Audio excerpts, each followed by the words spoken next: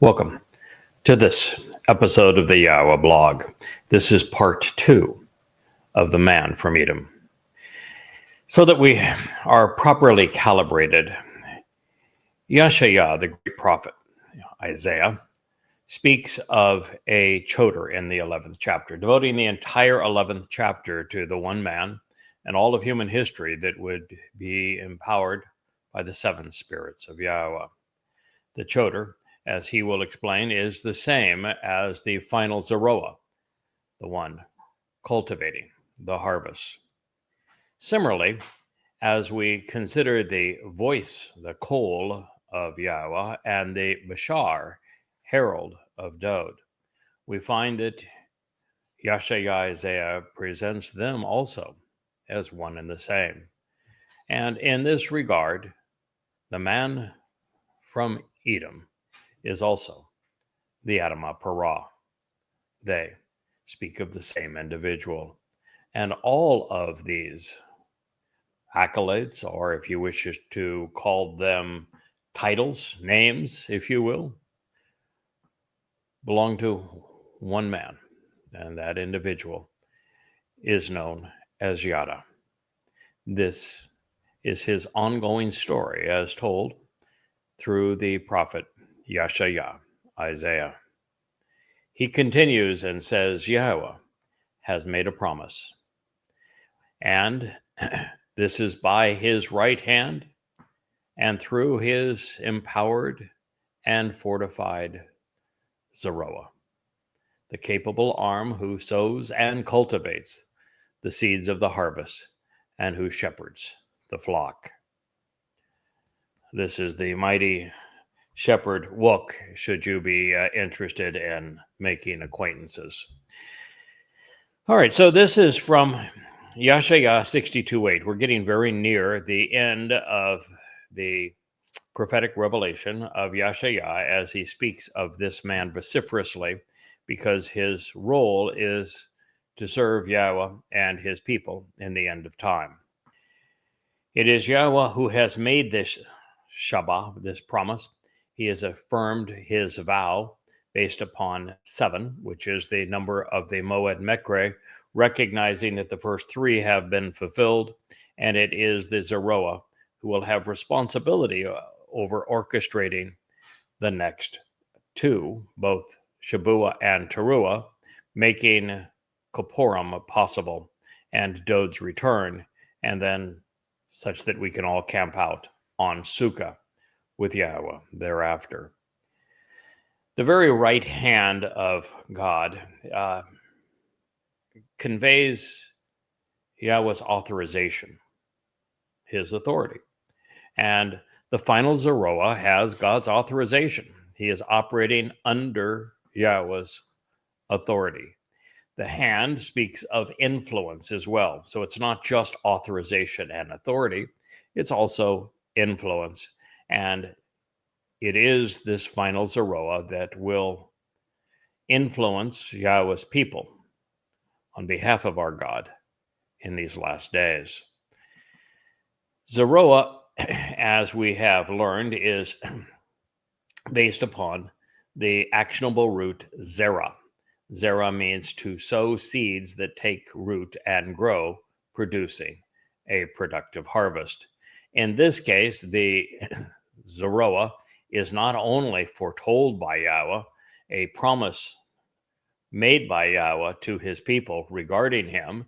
Not only is he authorized and appointed by God, and therefore at Yahweh's right side, but he is also Oz, which means he is empowered and fortified, resolute and unwavering, bold and forceful, as a result of what Yahweh is doing with him and through him, which is the whole purpose of him having the 7 spirits of Yahweh. As a matter of fact, as it relates to Oz, it would be similar to Yahweh saying that the choder is being equipped with the spirit of Geborah, which would be to be emboldened and empowered, confident and courageous, a capable man operating under the authority of Yahweh. And so this is Yeshaya, Isaiah 62:8. And since we're speaking here of the Zeroah, and that is someone that Yeshaya speaks of quite often. In fact, and what is likely either the first or second most influential, well-known, oft-quoted sections of Yeshaya, beginning of Yeshaya, Isaiah 9, particularly 9:6 and 9:7, about the son who is given to us, who is named as Dod. And the presentation in Yeshaya 53, which speaks of Dod's role in accepting the guilt of every covenant member so that he can carry it away and deposit it in Sheol. That presentation of Dod acting also as the Lamb of God, fulfilling Pesach and Matzah, is portrayed in Yeshaya 53. It's a beautiful portrayal of what Dod is doing on our behalf. Now, it opens by asking if anyone has determined the identity of the Zeroah, plural, the multiple of them. And it is in Yeshaya that he identifies one of the three. He says that Moshe is a Zeroah, and that would leave the other two. And the greatest of the Zeroah, according to Yahweh, and his opinion ought to count in such matters, is Dod David. And that is because Dod fulfills the definition of Zeroah as Zeroah is used throughout the Torah, which is the sacrificial lamb. And there is, however, according to Yeshaya, because he presents the Zeroah in the context with all of the work that Yahweh is doing through his Choder, his Nakar, his Kol, his Bashar, the Adamah Parah, the man from Edom. In all of these cases, Yahweh is also, Yeshaya is also showing that the last of the three Zeroah is coterminous with this mission and is one and the same as this individual. And so he's asking if anybody has figured it out. And it's interesting that until I began writing about and properly translating Isaiah, that this question was answered. And I remember trying to answer, who in the world is he talking about? Three Zeroah? Who are the three Zeroah? We need, in fact, what Yeshaya is saying, in effect, is until you know the answer as to who is the one that is going to explain the identity of the three Zeroah, you're really not in a position to appreciate the prophecy that he is presenting in Isaiah 53. So it's exceedingly important. And in this regard, I recall the first time that I was confronted with this and tried to translate it accurately and come to understand it, that I was immediately taken to looking at a concordance, really. And because up to this point, I had used Zeroah as sacrificial lamb, which is the Torah's definition, and relied exclusively on the Torah's definition, as opposed to considering the actionable root, which is Zara, one who sows seeds to take root and grow to produce a productive harvest, and which is how Yeshaya uses the term. And I decided that since the definition of Zeroah had to be opened up because there was only one sacrificial lamb, only one met that Torah definition of it, and now we needed to look at the verbal definition of it, and I was uncomfortable just rendering it as such without validating that every place it's used in the prophets, we could consistently define it.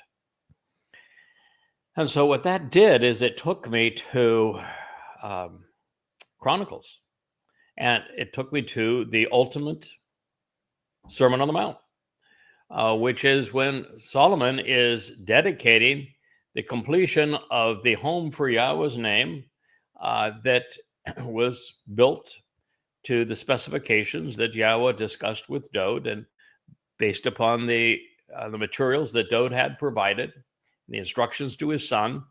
And now that it's complete, after going through and having a lovely discussion about all that Dode means to the family, Solomon jumps into this future discussion of this man that he refers to as the Nakri, which is a variation of Nakar. Nakar is observant foreigner, and Nakri would be my observant foreigner, personalizing it. And he tells his people that in the end times, at the very end, this is the person that you need to listen to. And he then uses the term Zeroah, which is what brought me to that prophecy, in a way that it's difficult to know if he's applying the term, hello, Wookie, if he's applying the term to his father, Dode, or to the Nakri, or likely both. And the conclusion I have is that it applies to both. And he was encouraging his people to recognize that so that they would listen to the final Zeroah. Speak of the most important of the Zeroah, which would be his father, as he fulfilled the instructions that were conveyed to us by the first of the Zeroah, Moshe, in the Torah. And so this is how I came to have a more expansive understanding of what this term means. And it helps you understand what my thought process is anytime that I'm trying to produce an accurate definition of a word that obviously means a great deal more than what it is rendered in English translations. Then I'll go to great lengths to try to determine its meaning. And as you do, I looked up every single use of Zeroah throughout the Tanakh. So returning to Yashaya 53, it, as I've shared, opens with the prophet asking if anyone has determined the identity of the Zeroah, plural. And he realized that it wouldn't be until the arrival of the final Zeroah that someone would actually ascertain the names of the previous two people who met that criterion, who could bear that title.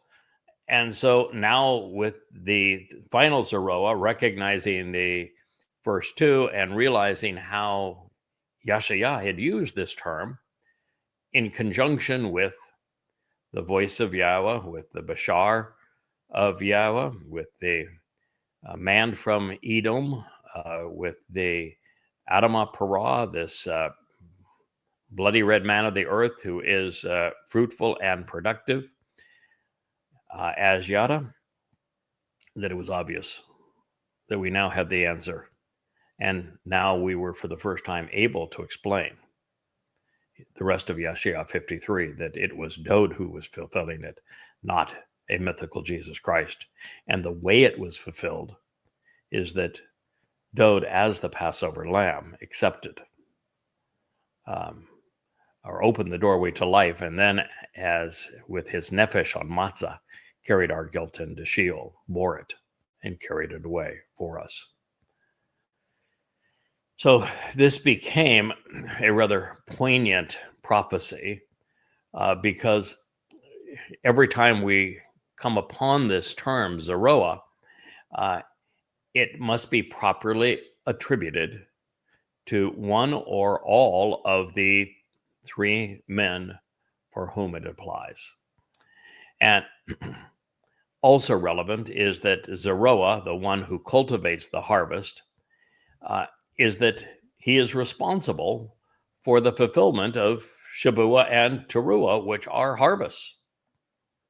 and they will be fulfilled on behalf of the surviving remnant of Yahweh's people, of Yisrael, as they are prepared for the ultimate family reunion.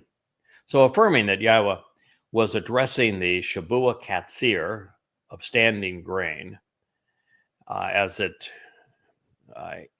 pertains to the role of this final Zeroah, one cultivating the harvest, we read, I will not allow your grain, which you grow for the harvest, to be given away ever again, to be consumed in a questionable way and processed destructively by your enemies on the condition that the children of the Nakar, of the observant foreigner, can choose to experience and feast upon your new wine of inheritance, which you have labored to produce with him. A conditional phrase, some of my favorites. When God says, I will do this for you, but you have to do this for it to materialize, to capitalize upon it. And that's what we have here, is a conditional phrase. So God said, I will never allow your grain, which you grow in the two grain harvests, are Bakurim, which Dode fulfilled, and Shavua, which is a wheat harvest that I'm responsible for orchestrating. And he says, I'm not going to allow it to be given away. That harvest, which is represents you and the grain that you have grown that is now matured, I'm not going to let it ever again be taken away, to be consumed in a questionable way and processed destructively, which has been the case, well, for better part of 3,000 years. In fact, I would have to say that the Shavua harvest has not been understood even when it was first introduced, and at no time since then. It's quite clear that the children of Israel have never, even from the beginning of the Torah's revelation through Moshe, gained an appreciation of how Shavua is a harvest and what those two loaves of bread represent that come out of the house of Israel, why it is varieties of grain, when it's going to transpire in its fulfillment, who orchestrates it.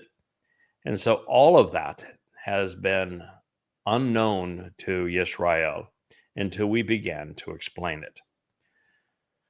So the enemies of God's people and the covenant, this would be the practitioners of Judaism, Christianity, and Islam, have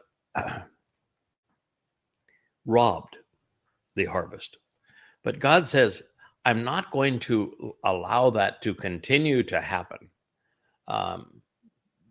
If, and this is on the condition M, so long as the children of the Nakar. Now, the children of the Nakar, this observant foreigner, are the very individuals that are going to be, Wookie one's down, so excuse me a moment, going to be the very individuals that Yahweh wants to harvest. They are the grain that will never be taken away again. That's the offspring of Zerah. In fact, Zerah is not only, this root of Zeroah is not only translated as seeds which mature and grow and can be harvested, but Zerah is translated offspring and descendants equally often. And so it is the seeds, the offspring, the descendants that the Nakar produces. And his role as overseeing the Shavua harvest. They are the children of the covenant, who all become the children of the covenant because the observant foreigner, this Nakar, this little appreciated, often misunderstood, non-Yisraelite from a distant land, who closely examines and carefully considers, then recognizes and acknowledges the truth, making it known through declarative statements, the discerning friend who highly regards and can be perceived and should be respected. That's the Nakar, so long as he is allowed to experience and feast upon your new wine of inheritance, which you have labored to produce with him. You see, it's more than the recognition that the harvest that will never be squandered again is the result of the Nakar, the observant foreigner, preparing the children of Israel to capitalize upon what God is offering.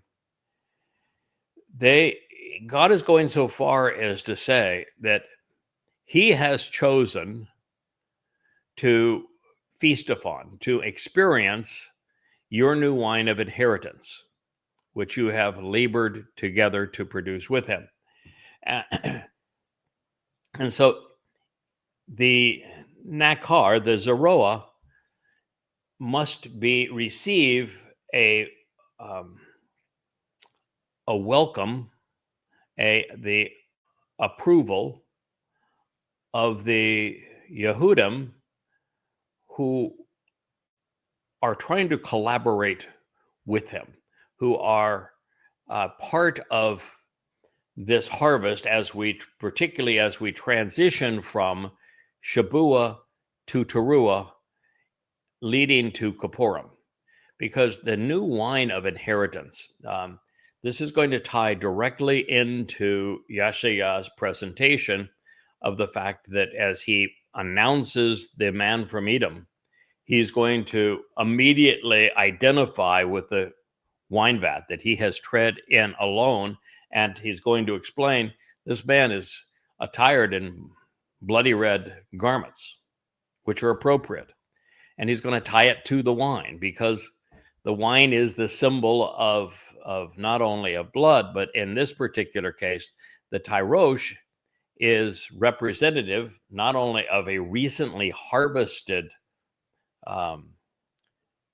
crop of grapes, but also since it's from Yaresh, it means to inherit and become an heir. So he wants to, they're saying, the Nakar, who is the Zeroah, wants to participate in this inheritance with you. And he's willing to get right into the vat of wine and get all bloody red, if you will, and join with you, recognizing that there is more to this harvest to make it successful than just bringing the sickle to the grain. There's going to be some blood spilled, as there was in the fulfillment of Passover, as we enter the harvest of Teruah. And so God is saying, if you're going to make this, have this come into fruition, if you're going to benefit from this, then you're going to have to be willing to labor along with him. You're going to have to work along with him.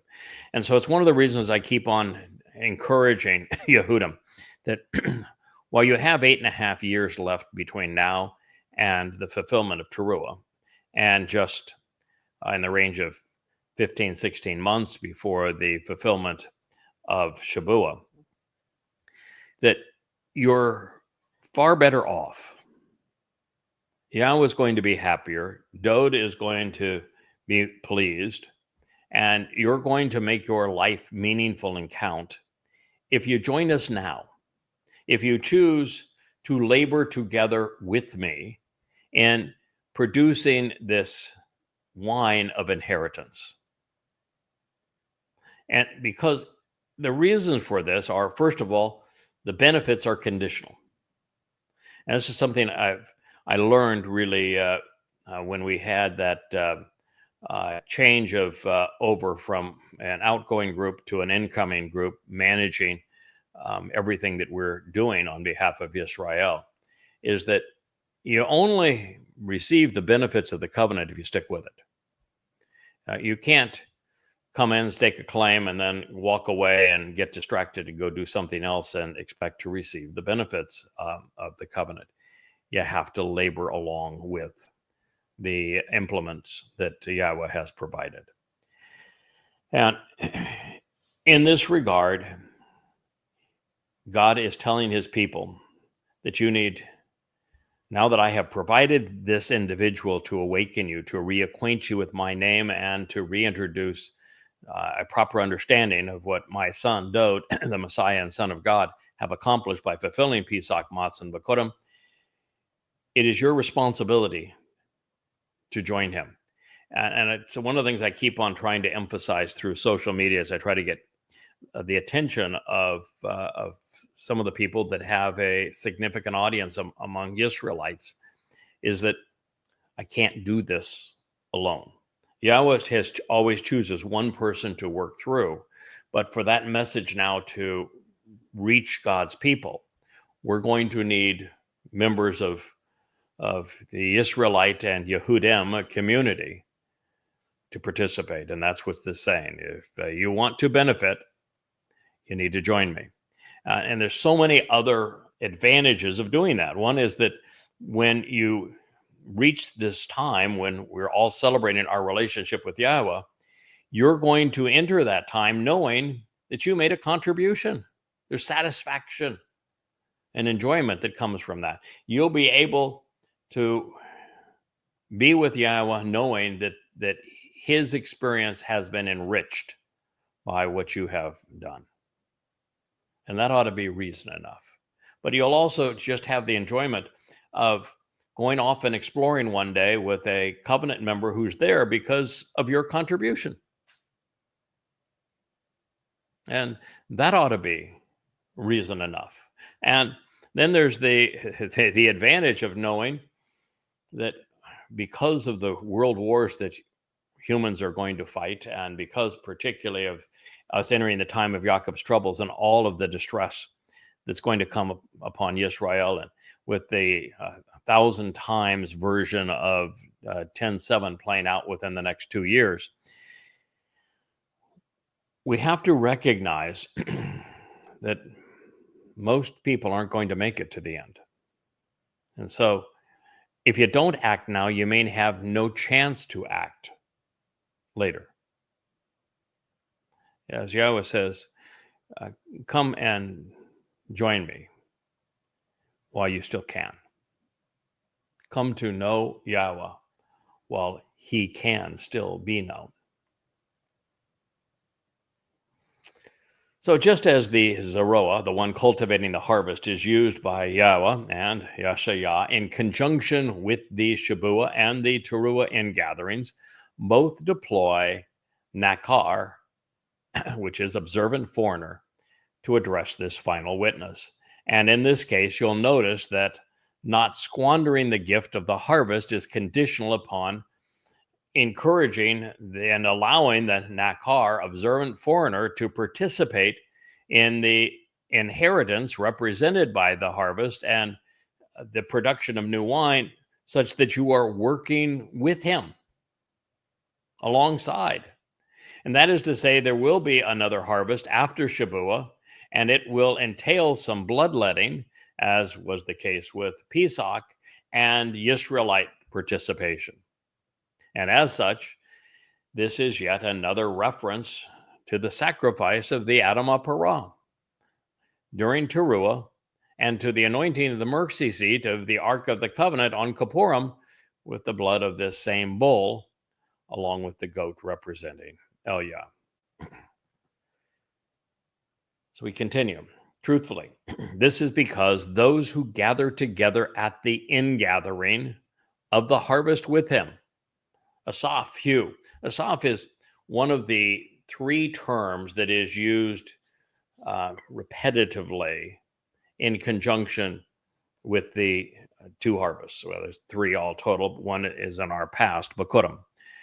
They are called a katsir, which is the title of this volume on harvest. Katsir literally means harvest.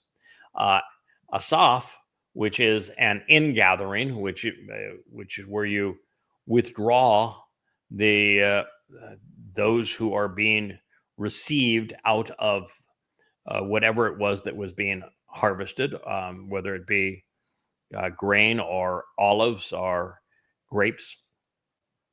And then there is lakat, which is a gleaning, which is a secondary harvest.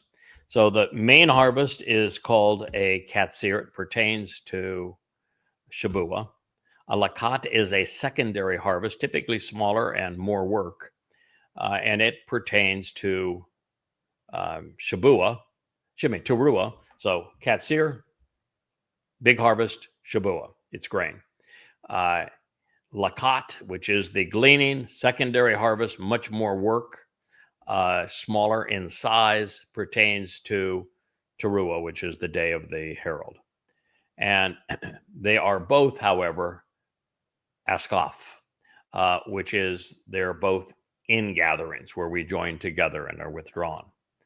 So, truthfully, this is because those who gather together at the ingathering of the harvest with him will consume it.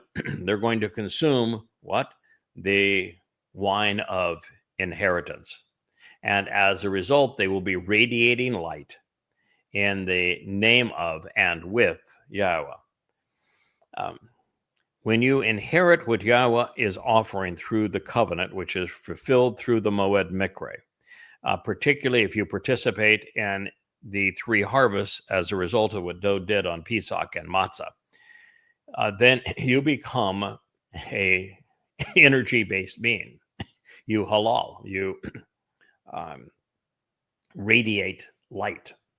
And this is opposed to being a physical material being that decays and is so limited. As a material being, we can't effectively get past the moon, and there's no way to explore a galaxy. And and not just galaxy, but universe.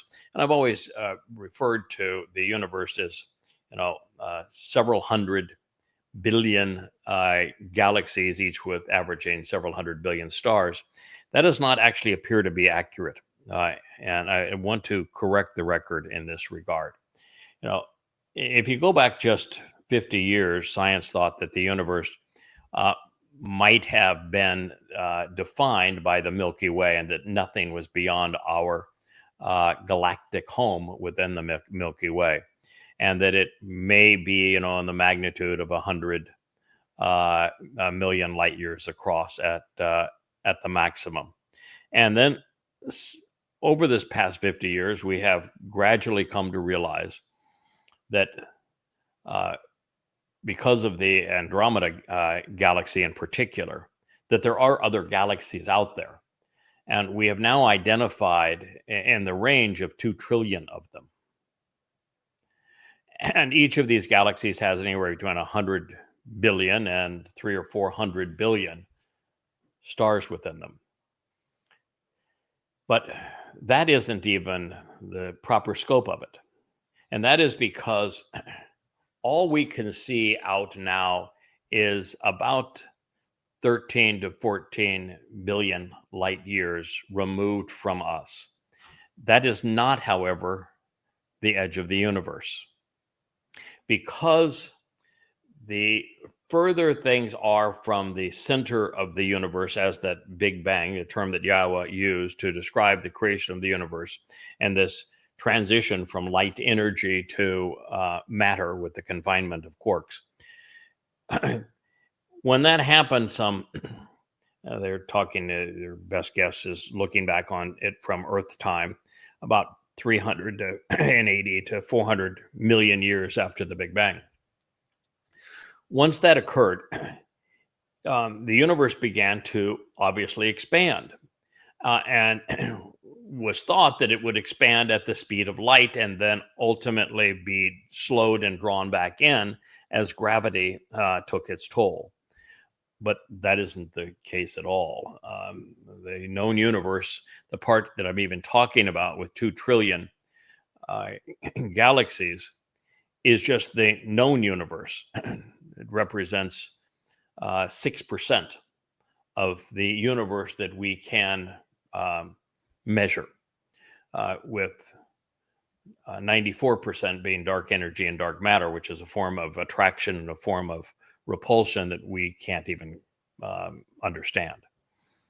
But what we have learned is that the further these galaxies and stars are from us, the faster they're moving away from us, and that they're moving away from us at a constantly accelerating pace that is much greater than the speed of light. And the only way for that to happen is that the space and the universe itself is expanding. And so that the light is moving away at the speed of light, but the universe itself, the fabric of the universe, is expanding. Now, what that actually means is that once you get out past about 13 to 14 billion light years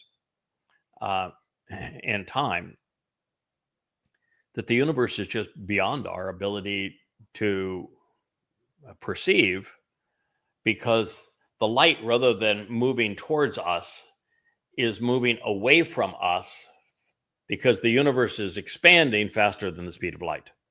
So that light can never reach us, which means it's not knowable to us in our present configuration.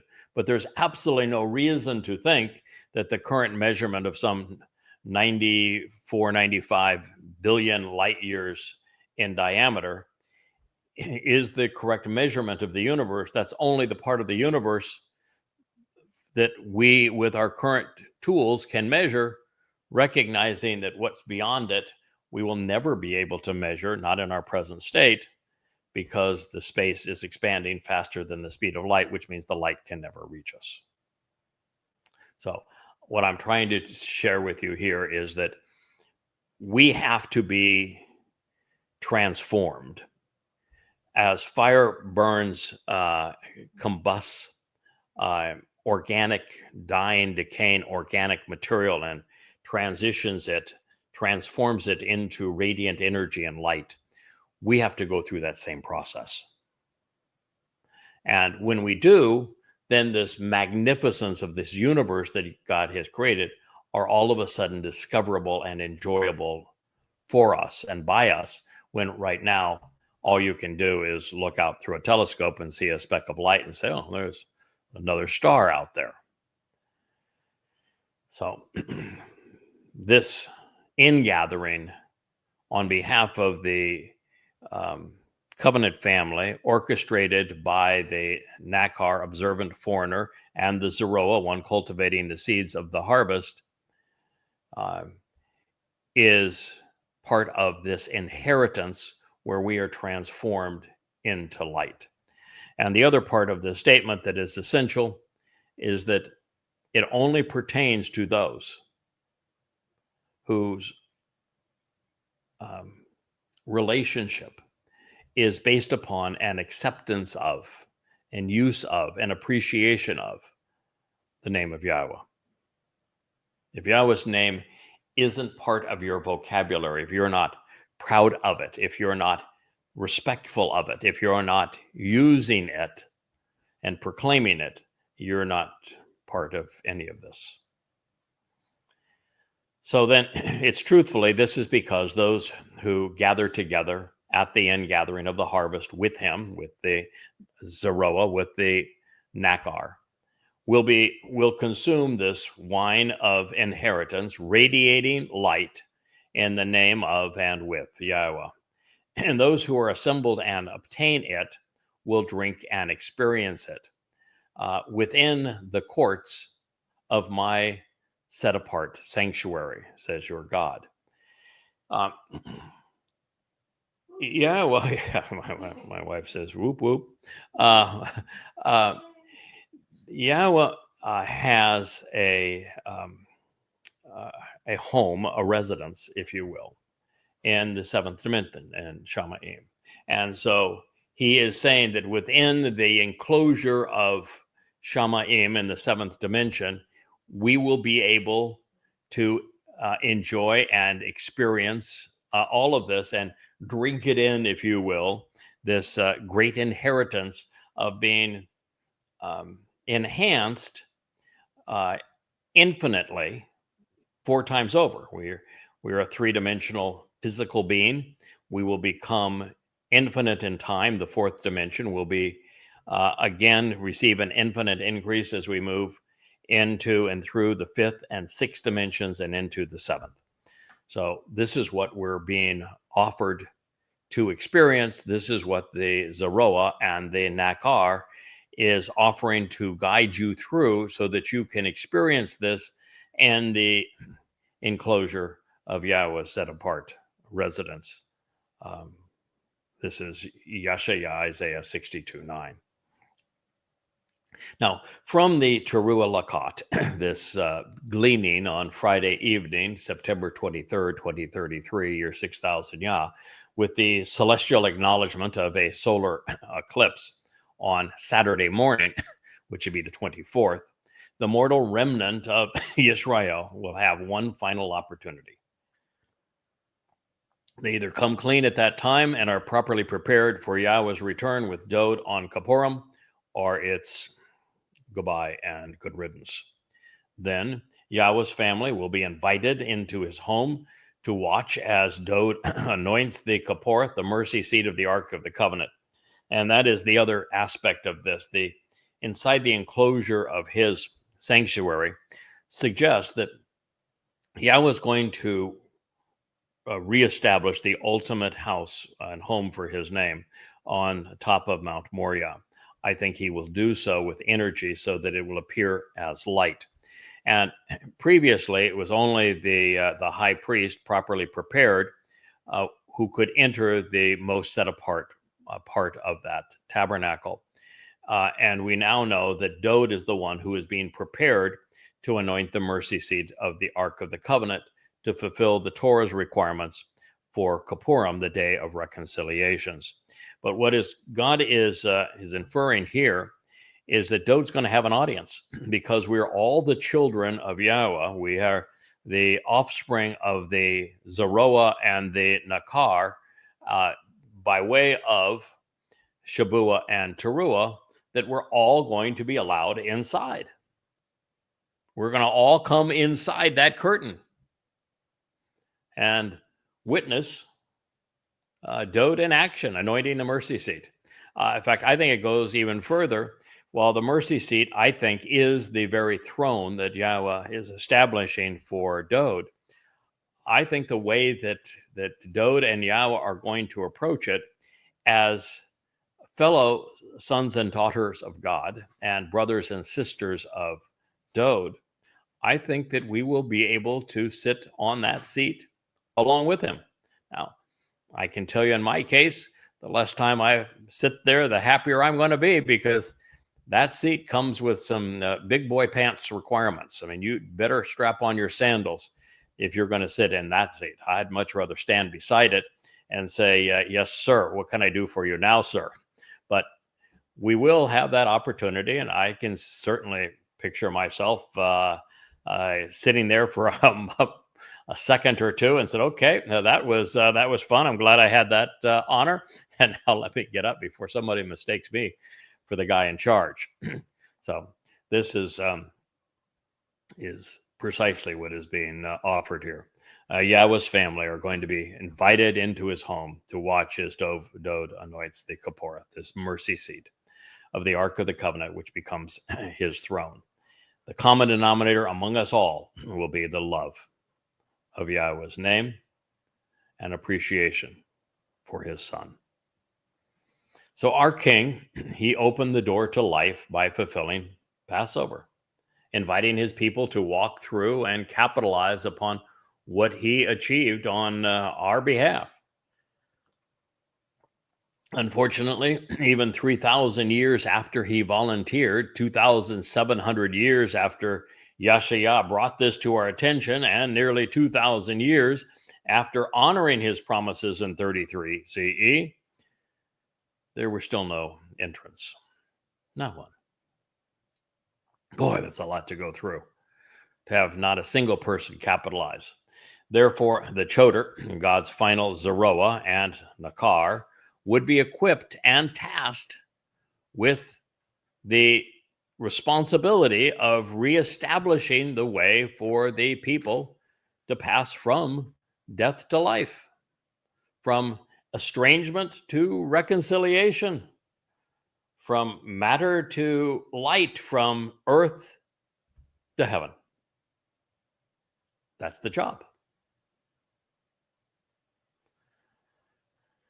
Let nothing stop you from choosing to actually pass through that door, we're told.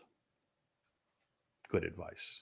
Let nothing, not your rabbi, not your prime minister, not your IDF, not your neighbor, not your progressive rabble rouser, not some protest, not another post on X. Let nothing. Actually, Israelis, that's something I learned here recently. Israelis are not nearly as enamored with X as the rest of the world. Maybe it's just too bright for it, being part of that goldfish bowl. Only 36% of Israelis post anything or even visit X at any time. X is not popular, but Facebook has a 87% share of Israeli attention, with 87% feeling more comfortable in that environment. And I can see how that would be the case, because while X is black and people spitting at each other, and you have sound bites that are about as in depth as what you would expect a goldfish to be able to remember, and 80% of the participants are either bots or impersonators or just Looney Tunes on in that environment.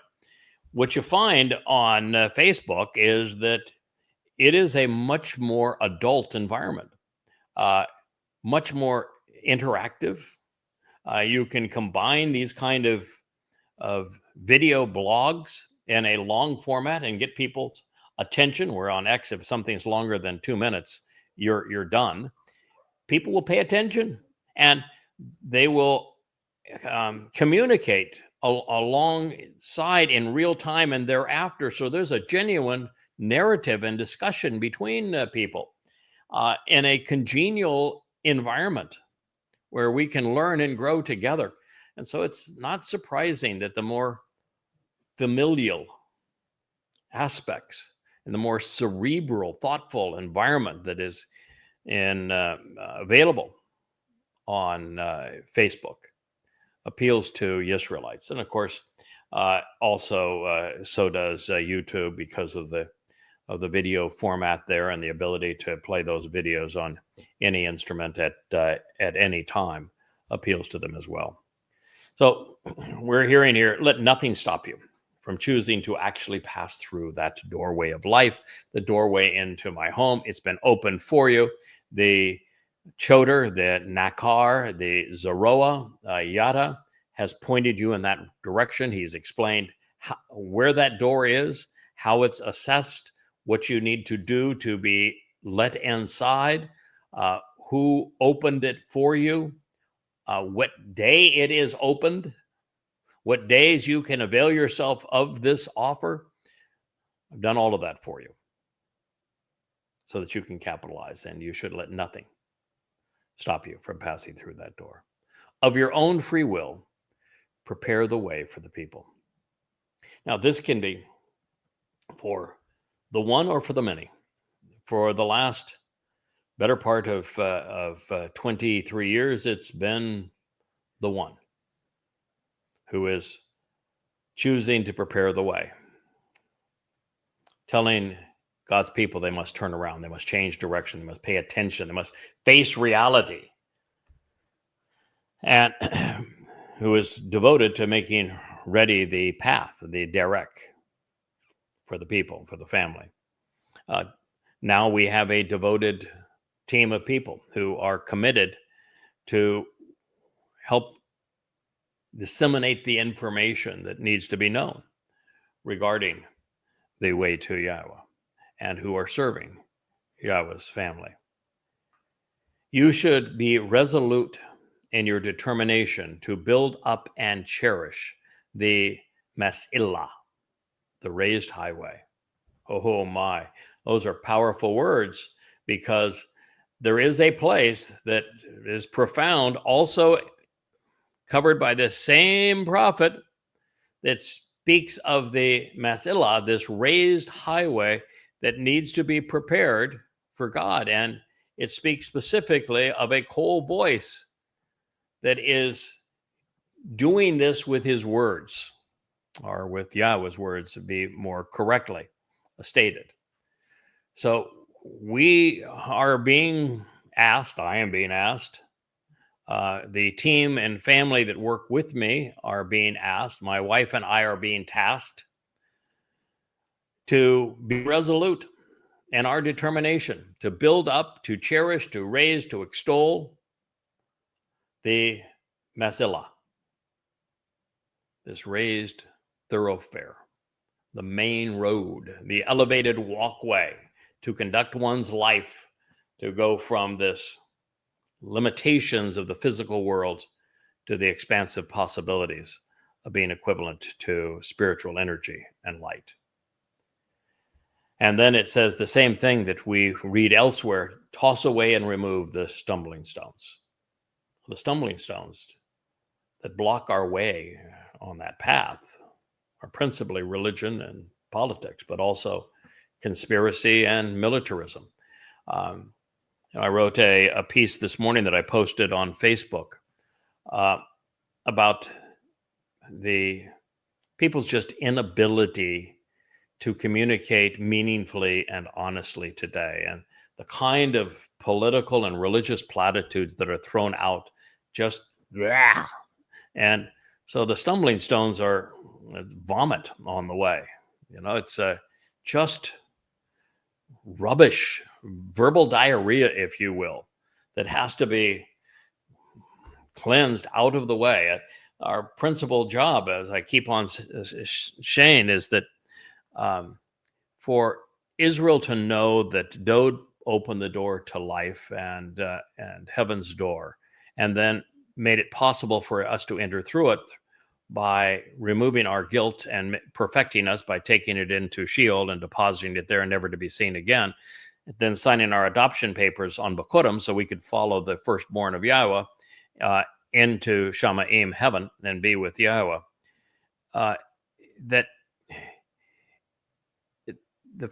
To have the Israelites perceive that Dode did this, and that he was the actual Messiah, that he was really the Son of God, that he is our Savior, that he was the one who returned in 33 CE, year 4000 Yah, requires an enormous amount of effort to toss away and remove the stumbling stones, the impediments, these religious lies that have been piled on top of the truth that literally have to be pushed aside for anyone to have an understanding of what needs to be done, or what to accept. And then once you have done that, you've talked about this building this raised highway, this Masilah, and you've cleared away all of the stumbling stones and the impediments. The next thing that God says is lift up the Nesh banner. It's the sign. It's the message. It's this blog, this Yahweh blog. It is these books that sit behind me that have been written so that you might know Yahweh. It's the answer. It's the directions. It's the map. It's the compass. It is the way. And so it's, one thing to establish this raised highway. It's another thing to clear off all the rubbish so that people can walk effectively on it. But the next thing is you have to draw attention to it and explain why it's there, where it goes, how you can earn the right to walk from this world to the next on it. That's the purpose of lifting up the Nesh banner over the people. Tell the family of Yahweh, this is the way. It's why we're doing these video blogs. It's why the Yahweh blog exists. It's why all these books exist. It's why we're trying to integrate the website that has the bookshelf for all of these and this program so that you see it as a cohesive whole, doing exactly what is listed here in Yashaya 62:10. I'll read it one more time for you because I think it is essential for you to know. Let nothing stop you from choosing to actually pass through the door. Of your own free will, prepare the way for the people. You should be resolute in your determination to build up and cherish a raised highway, a masala, a main road, a thoroughfare, an elevated walkway. Toss away and remove all of the stumbling stones, all of the impediments, and lift up the Nesh banner over the people. This is it. That's Children 101 in a nutshell. That's the job. That's the reason for it. The cause and the consequence, the opportunity. It's what Yahweh is offering his people. It's the way to capitalize upon it. So, to say that there's a lot to unpack in this prophetic pronouncement would be the understatement of this program. And we will go through that, and then that will be the conclusion of this episode 2 of The Man from Edom. It all begins with a sense of urgency from someone who knows the situation exceedingly well. And Yashaya, in this case, saw heaven's door.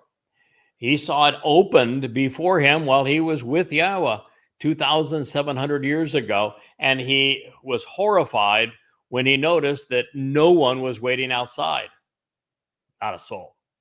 So when the Choder is in place and the Nesh is written and it's spoken and it's on display, and with time running out, the prophet encourages his people not to make that same mistake.